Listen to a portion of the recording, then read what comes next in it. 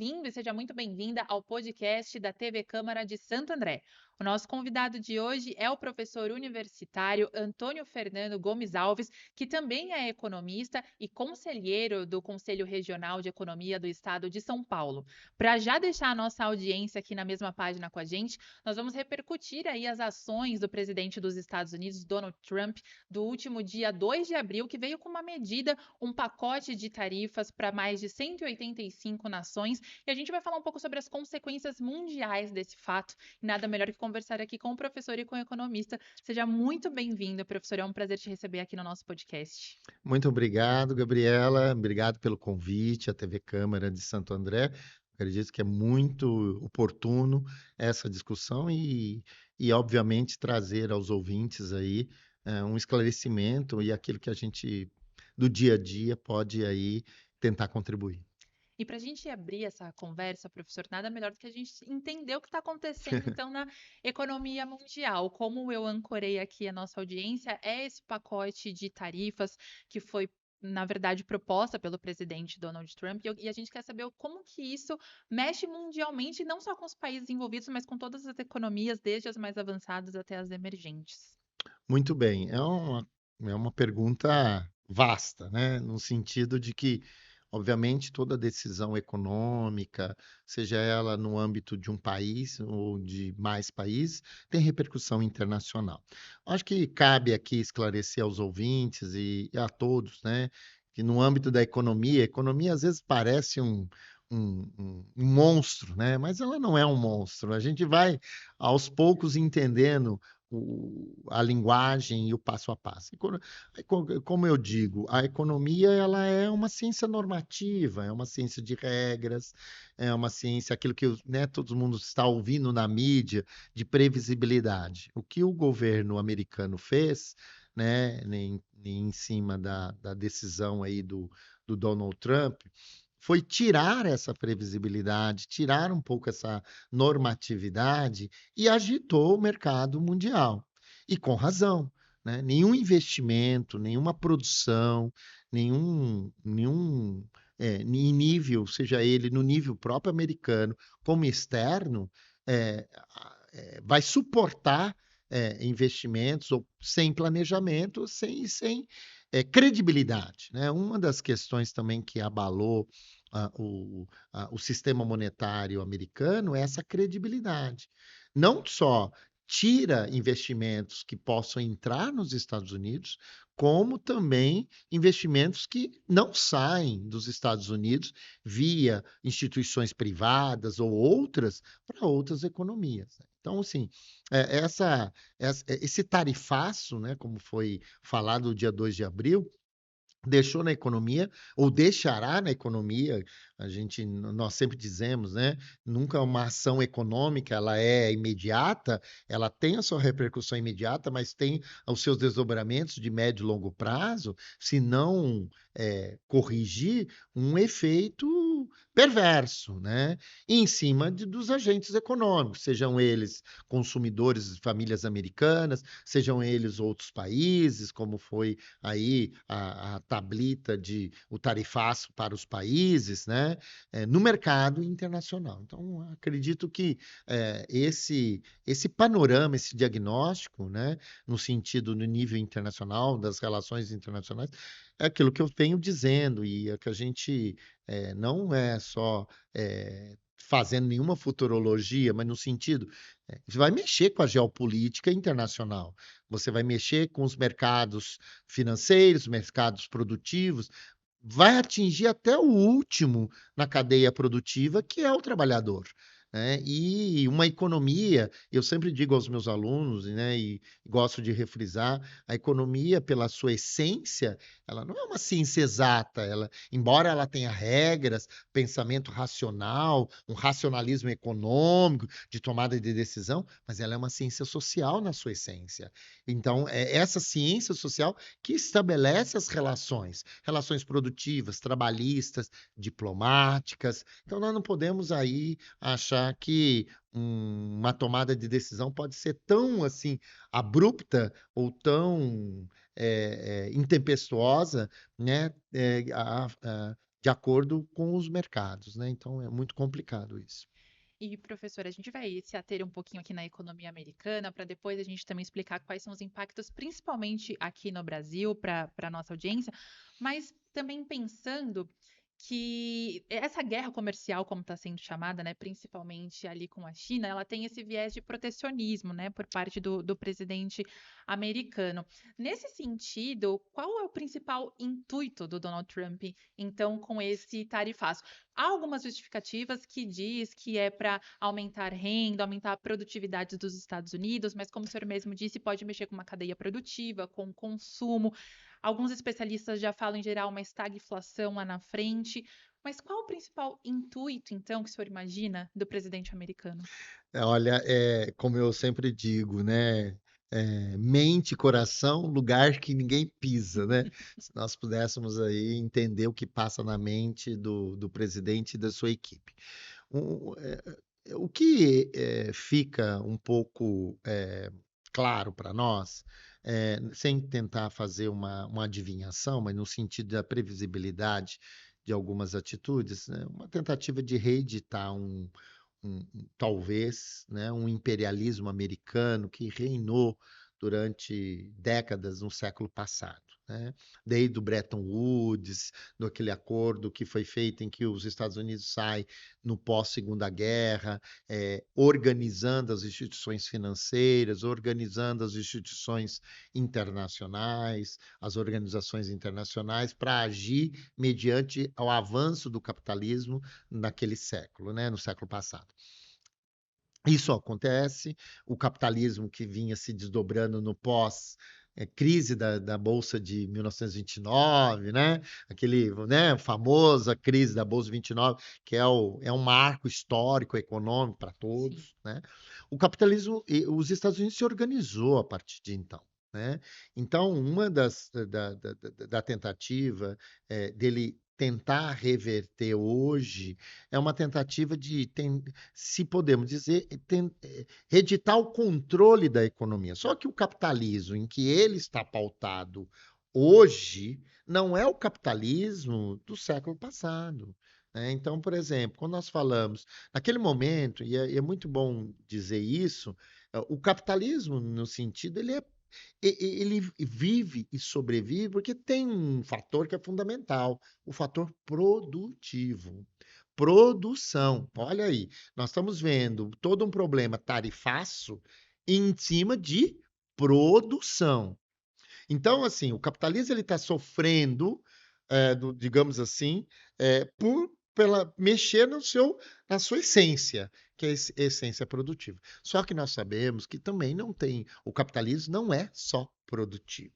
Ele é um capitalismo que se desdobrou, é um capitalismo que cria valor, e é um capitalismo financeiro também, né? Veja, a mudança da tarifa, do tarifaço de 2 de abril, fez com que algumas empresas perdessem em torno de 9 trilhões de dólares. Está na mídia, não é, né? Nós estamos falando 3 vezes o PIB brasileiro, né? Simples, né? O Brasil tem um PIB de em torno de 3 trilhões, né? As empresas perderam as 500 mais ali, 9 trilhões. Inclusive, um dos seus assessores, que tem empresa lá, o Musk, a Tesla, enfim. Big Techs aí Big Techs da afora. vida, perfeito, né? 9 trilhões. O que nós estamos vendo? Então, é um desdobramento desse capitalismo, uma tentativa de redição. Só que também o efeito do capitalismo que sai do Segunda Guerra Mundial naquele momento, é um capitalismo que vai para outros países. E ali que até eu sempre digo que nascem, por exemplo, as multinacionais de buscar novos mercados. E esses novos mercados é buscar novos mercados produtores, que a gente vai falando, fatores de produção, né? Mercados de fatores de produção. Então, ele sai dos Estados Unidos com o efeito de mão de obra, o efeito de matéria-prima, de custo de produção para outros países. E vai se instalando, espalhando pelo globo. Então, é inevitável dizer que vivemos uma globalização produtiva e financeira, né? O que ele tenta, ao fazer esse discurso de trazer para dentro dos Estados Unidos o controle produtivo, é impensado, porque o nível tecnológico hoje não é o mesmo do século XX.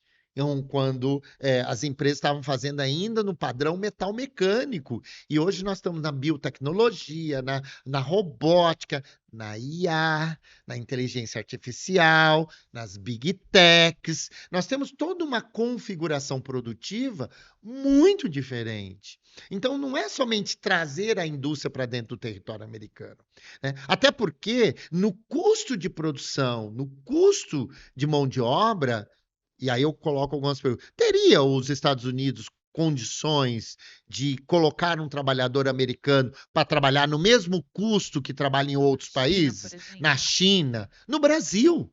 Não precisamos ir longe. No Brasil.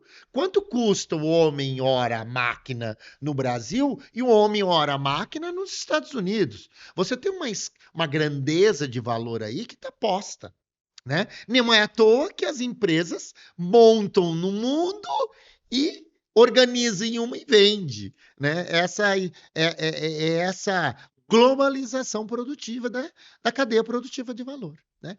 Que é uma grande questão. Então, o que passa na cabeça dele é uma tentativa, voltando, né? Tentando responder esse imperialismo americano, né? De também dar as regras do jogo na ordem internacional. Essa é uma questão fundamental. E é muito engraçado, né, que os Estados Unidos é um dos primeiros países a pertencerem à Organização Mundial do Comércio.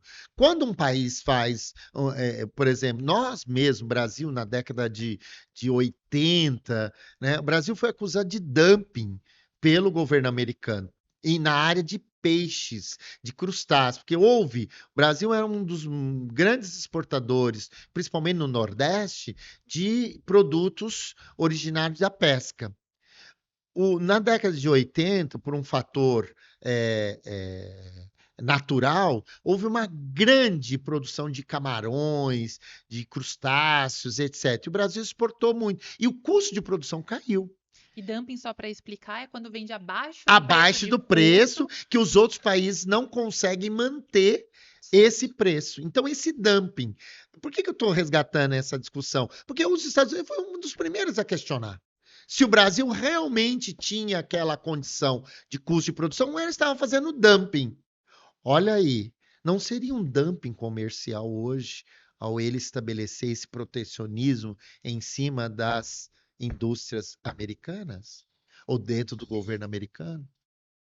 E o curioso, professor, também, o senhor trouxe aqui para essa conversa essas empresas que perderam bilhões de dólares ali nos seus valores, que os empresários, de uma forma bem geral e rasa, é uma classe que geralmente tende a defender ali uma visão mais de mercado e uma visão mais parecida ali com a do Donald Trump, né, com o presidente dos Estados Unidos. No entanto, algumas empresas já se manifestaram pedindo que seja apurado, que o Banco Central de repente investigue e interfira mesmo nessas ações do Donald Trump, porque justamente por isso eles estão perdendo dinheiro, perdendo valor. A Apple, por exemplo, que é uma big tech, que Uhum. tem um valor de mercado quase imensurável, para usar uma hipérbole aqui, foi uma empresa muito impactada porque a maior parte dos iPhones são produzidos na Sim, China. Os papéis derreteram esses dias sim, nas bolsas americanas, né, na Nasdaq, que é a bolsa tecnológica americana.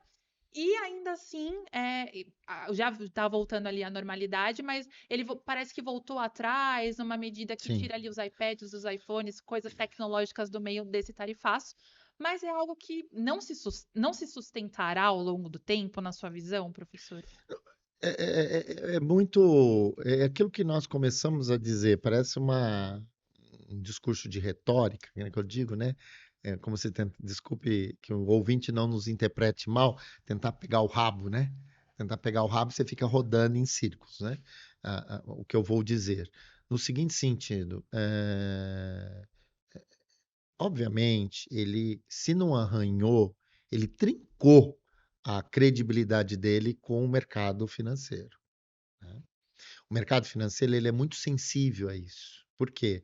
Porque ele sabe o quanto ele perde e o quanto ele ganha tendo características de previsibilidade, de garantias. Ele tirou essa garantia do mercado.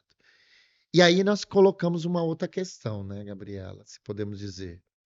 É da característica dele ter essa personalidade que não transmite confiança? Como que as instituições financeiras leem ele a partir disso, né? Por isso que elas estão preocupadas, né? Então nós somos, né, a gente participa aqui, acolá, de outros debates, de outras perguntas. Eu em sala de aula sou sendo bombardeado, os alunos Imagino. querem saber e estão certíssimos. Por exemplo, qual é a pressão dessas instituições financeiras a partir de agora na manutenção digamos assim, do, do pleito dele, né? Ou mesmo, por exemplo, uma característica que nós não temos no Brasil, essa questão do Banco Central, né? Porque quando nós falamos de papéis, como você falou, nós estamos falando de Banco Central americano também, que a princípio é um Banco Central independente pela sua Constituição. Mas nós sabemos que a interferência de um estadista, ele interfere nas posições políticas, né?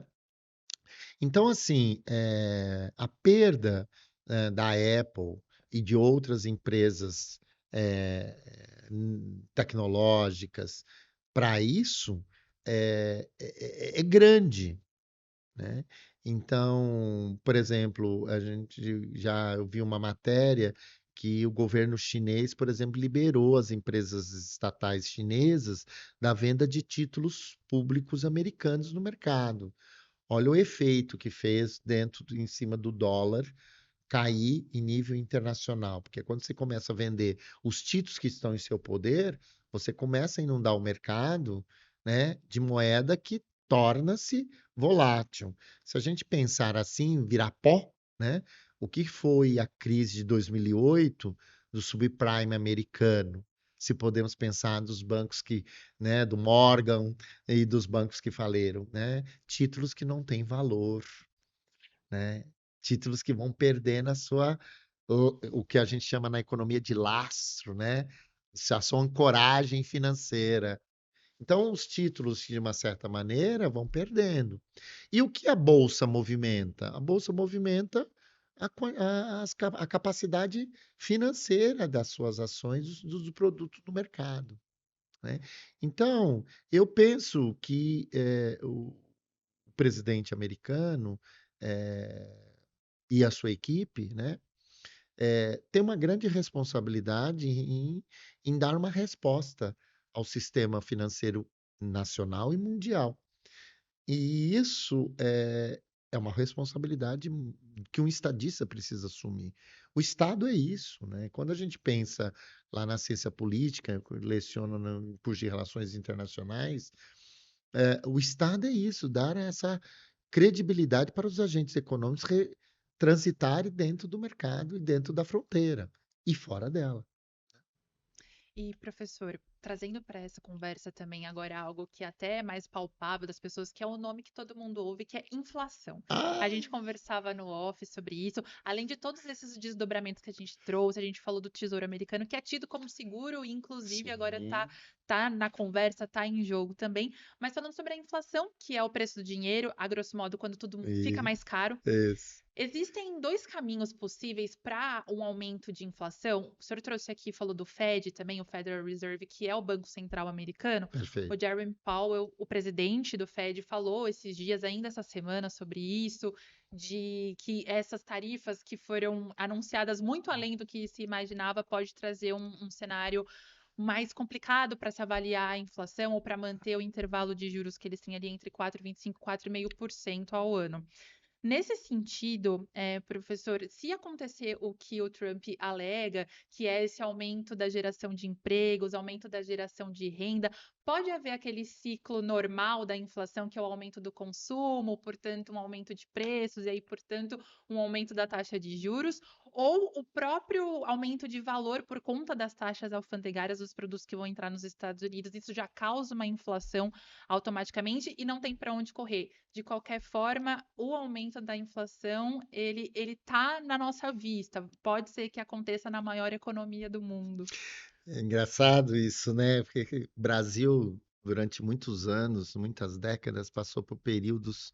Acho que foi um dos países, como outros, né? Mas o Brasil, vamos puxar para foi um país que sofreu com a alta inflacionária, né? Chegando à hiperinflação. Nós tivemos períodos desastrosos, né? Nós sabemos o quanto gosto amargo é esse remédio, né? Inflação. Eu acredito que nós, em razão disso, que a gente então olha o mercado, né, tecnicamente, economistas, administradores, seja eles quais forem, como a inflação para nós é um, é um preço custoso. Vamos lá. Tecnicamente, eu acredito, por exemplo, uma questão que os Estados Unidos não têm é a memória inflacionária, né? É um elemento, né, da expectativa inflacionária que é muito presente para que a inflação suba. Mas quem está, como você mesmo diz, quem está à frente da economia, economistas, financeiros, etc., entendem tecnicamente do que é inflação e o efeito. Você tem alguns caminhos de que essa inflação, que é, como você bem disse, é um aumento geral do nível de preços, né? Uma obstrução produtiva, e os Estados Unidos têm um efeito distributivo de renda melhor que o Brasil, vamos fazer em comparação. Então, nesse sentido, você tem um efeito pressionador da inflação, o que nós chamamos de inflação de demanda, né? Você vai no supermercado, não tem o produto, né? Muita gente Muita gente procurando. procurando, o preço vai. Quando chega, vai subindo, subindo, subindo, subindo. E do outro lado, o ofertante vai falar: opa, é o horário de eu ganhar. Tá todo mundo querendo meu produto, é hora de eu subir o preço. Isso é um efeito. Se nós vemos que o setor produtivo americano não é tão espetacular como está se aparecendo, nenhuma produção aumenta no curto prazo. Isso é um outro processo. As cadeias produtivas de valor não aumentam no curto prazo. E quando nós falamos isso, o que quer dizer? A necessidade do consumidor, do agente econômico consumidor, no caso, do governo ou de qualquer outro, mas vamos pensar da população, das famílias Sim. americanas. Elas tendem à necessidade hoje, amanhã, depois. Isso não aumenta tanto. Esse é o primeiro efeito, né? É a capacidade produtiva não ter essa capacidade desse aumento. Não temos detalhes dessa radiografia diagnóstica produtiva americana, mas o que tudo indica que é o que está e o que apresenta nas pesquisas é que a produção é feita fora dos Estados Unidos, né? Isso está posto. A segunda questão, vamos pensar na tarifa. Bom, então eu aumento a tarifa de importação, o produto sai do país e entra no país mais caro.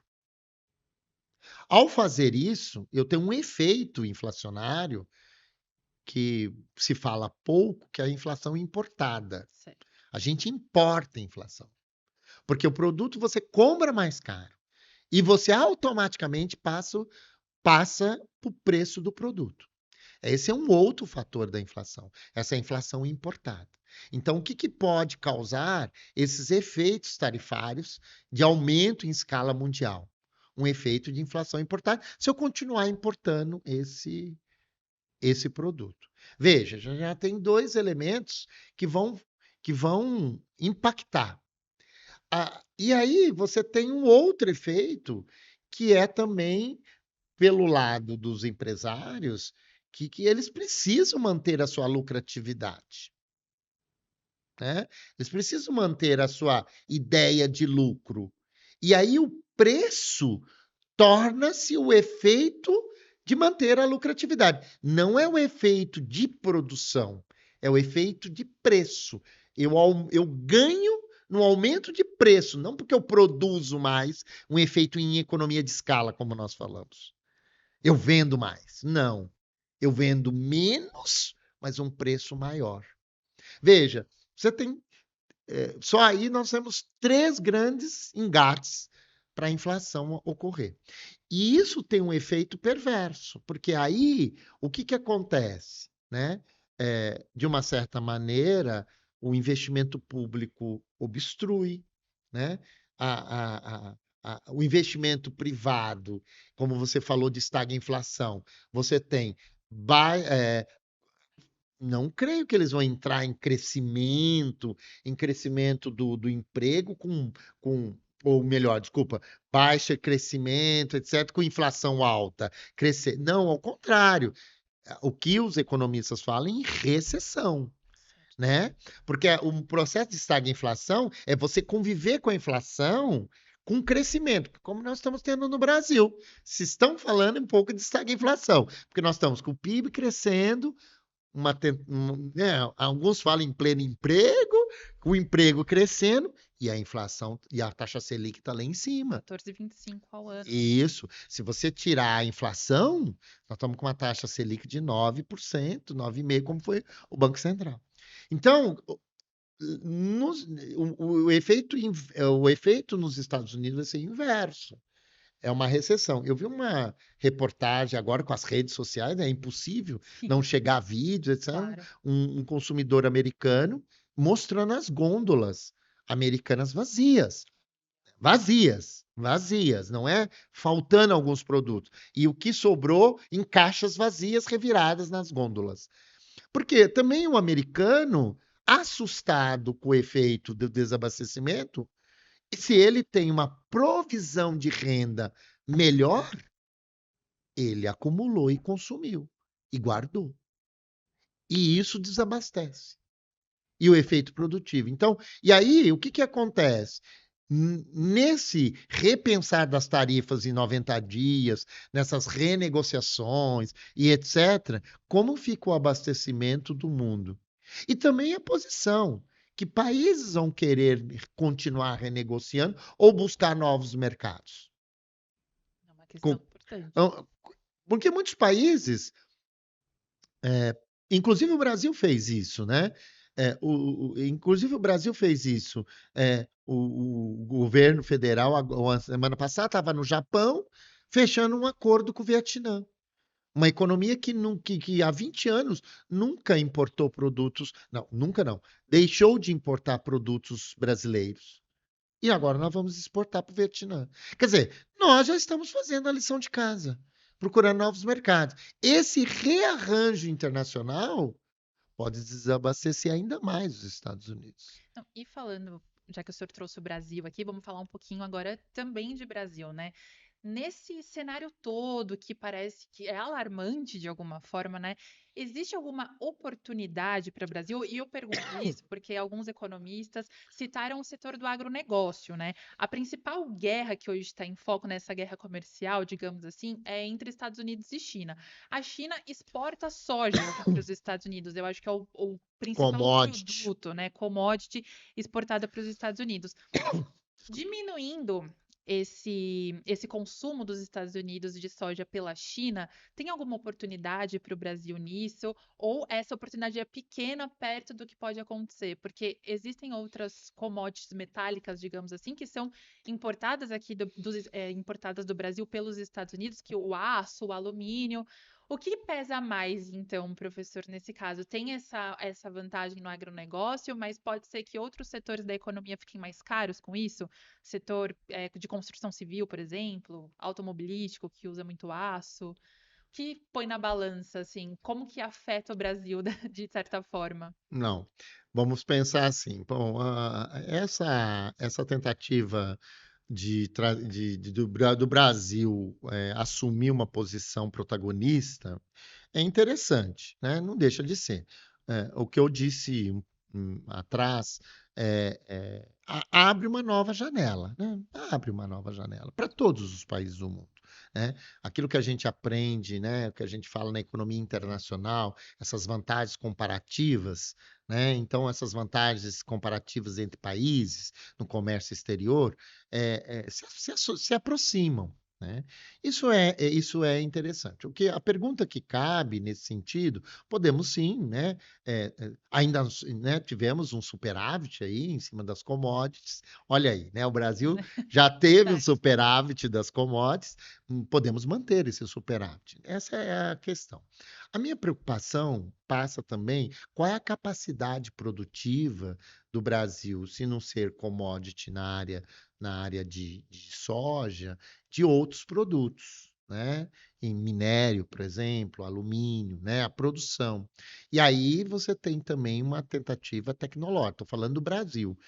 Como que esse parque tecnológico brasileiro está disposto, que eu falo assim, para assumir o protagonismo de ser um grande exportador desse tipo de matéria-prima. Bom, por que que eu digo isso? Se essa exportação tiver desbalanceada com o consumo do mercado interno, nós temos um problema interno. A indústria brasileira interna sofre com isso, encarece o produto interno, né? Então ela sofre com isso. Então por quê? Porque você desabastece para abastecer a balança comercial, né? Para fortalecer o superávit da balança comercial, para fortalecer o mercado E a internacional. balança E a interna que balança fica interna fica desbalanceada. capenga, né? Digamos assim. O Brasil tem lançado algumas questões tecnológicas, alguns investimentos tecnológicos que são interessantes pelo PAC, pelo Programa de Aceleração do Crescimento.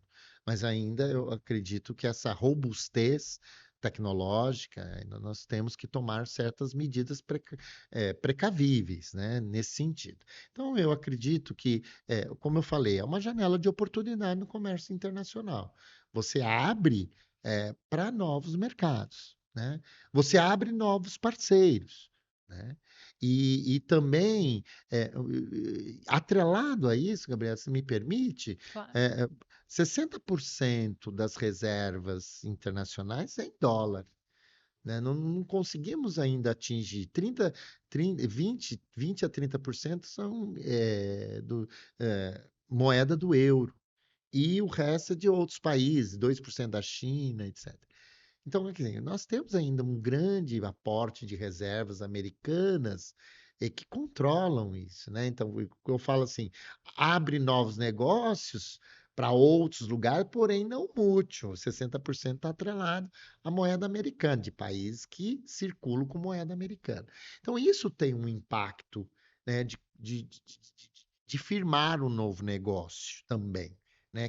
Qual é a moeda predominante? É isso que eu estou querendo dizer. Então, eu acredito que há uma janela de oportunidade, precisamos verificar como isso fica, mas nós temos que olhar também internamente como é a política industrial, como é que essa planta industrial brasileira se comporta, né? Como é que é o nível de industrialização brasileira se comporta? Porque nós saímos da década de 2000, 90, 2000, porque a gente não consegue tão rapidamente recuperar reestruturando setores estratégicos.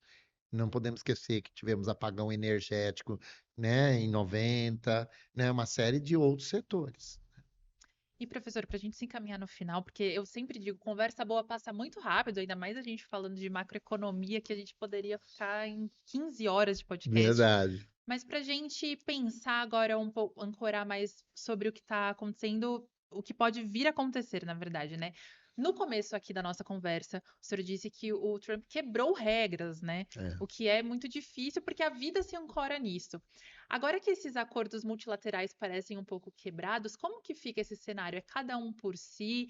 Qual é a lição de casa que fica? O Brasil, por exemplo, está buscando novos caminhos, já está fazendo essa lição de casa como o senhor trouxe aqui. Sim. Então, qual é o cenário agora para esses países que foram afetados pelo chamado tarifaço? Eu sempre digo o seguinte, que o bilateralismo que existia do século passado não reina mais. O que sai do pós-guerra não reina. Hoje, como você bem disse, esse multilateralismo, né? Esse multilateral. Eu acredito que os países, sim, em suas políticas externas específicas, vão buscar novos ancoradouros. Isso é fato. O Brasil fez, a Itália fez, outros países farão, né? Nesse sentido. Mas, pensando também numa, num reordenamento internacional, é, o presidente Lula, na semana passada, participou da CELAC, né, na Honduras, fazendo uma fala justamente nesse sentido, né? A aglutinação em blocos, né? A gente reedita uma velha e antiga discussão do mundo em blocos, né? O Mercosul foi foi, foi constituído, não avançou pelas assimetrias econômicas entre os países, né? Agora aí está a CELAC unindo a América Central, temos os BRICS, temos aí a União Europeia, né? Temos aí a Ásia. Então, assim, o que a gente observa? O movimento. Que os países, até pela. Cada um reconhecer a sua podemos, a sua fragilidade econômica, porque nenhuma, cabe dizer, né, nenhuma economia é autossuficiente. Achar que uma economia é autossuficiente como se diz, é rasgar os livros de economia, né, é não entender de economia, porque nenhuma economia é autossuficiente. A lei das vantagens comparativas, do século XVIII, do Davi Ricardo, apontava justamente isso. Nenhum país é autossuficiente. Por isso que eu preciso do mercado internacional. E aí, uma discussão que é importante, Gabriela, que é esse redesenho em blocos, né? Veja que a China ela tem uma participação no BRICS, né? O Brasil tem uma participação. Então, o que geopolítica se apresenta é um fortalecimento da integração dessas economias, né? Por exemplo, uma discussão lá atrás, que não avançou aqui na América do Sul, foi a questão da constituição de uma moeda comum. Você vê que em tempos passados, né, estava se discutindo se a América do Sul poderia ter uma moeda comum, como tem no euro, né? Como foi feito por Robert Mundell, que conseguiu o Prêmio Nobel de Economia, constituir uma moeda comum, que é o euro. Só que são características muito específicas para você constituir uma moeda. Tem que ter reservas entre os países balanceadas, balanço de pagamentos, tem que ter uma série de características para esse cenário ser favorável à instauração de uma moeda de transações entre os países. Mas, por que não? Né? Fortalecer, por exemplo, um outro lado do hemisfério. E veja, na nossa fala, a gente até, por exemplo, deixou de lado, por exemplo, o continente africano, por exemplo. Quase não apareceu, né? É verdade. Né? E o continente africano, ele é altamente exportador de minério. Minério é a commodity dos fundos soberanos financeiros mundiais. Você ancora os fundos financeiros soberanos, que nós chamamos em economia financeira, economia monetária, a partir da produção de minério e petróleo. Então, veja, é uma geopolítica que se rearranja. Eu tenho dito, posso estar enganado, né, que no futuro, muitos estudarão esse período como um período que houve um rearranjo geopolítico, porque as forças mudarão e as integrações podem se constituir. Então, se nós podemos olhar para o futuro, é fazer o dever de casa, mas é também olhar o que o meu vizinho, que eu nunca olhei, pode também me integrar.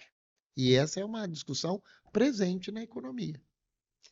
Tá certo, professor. Olha, muito obrigada. Enquanto o senhor falava, eu lembrei que aqui durante a minha pesquisa, alguns especialistas arriscaram dizer que é uma das mudanças, uma das maiores mudanças geopolíticas do século.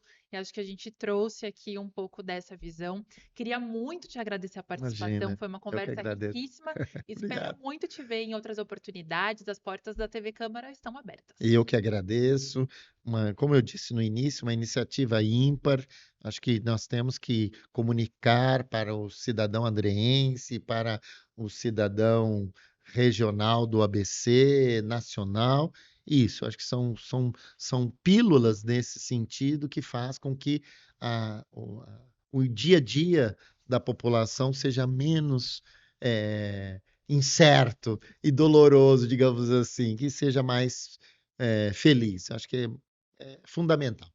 Agradeço mais uma vez ao senhor professor e também aproveito para agradecer a nossa audiência pela companhia, você que acompanhou esse papo até aqui. Espero que vocês tenham gostado. A gente recebeu o professor universitário Antônio Fernando Gomes Alves e a gente te espera no próximo episódio do podcast da TV Câmara. Até lá!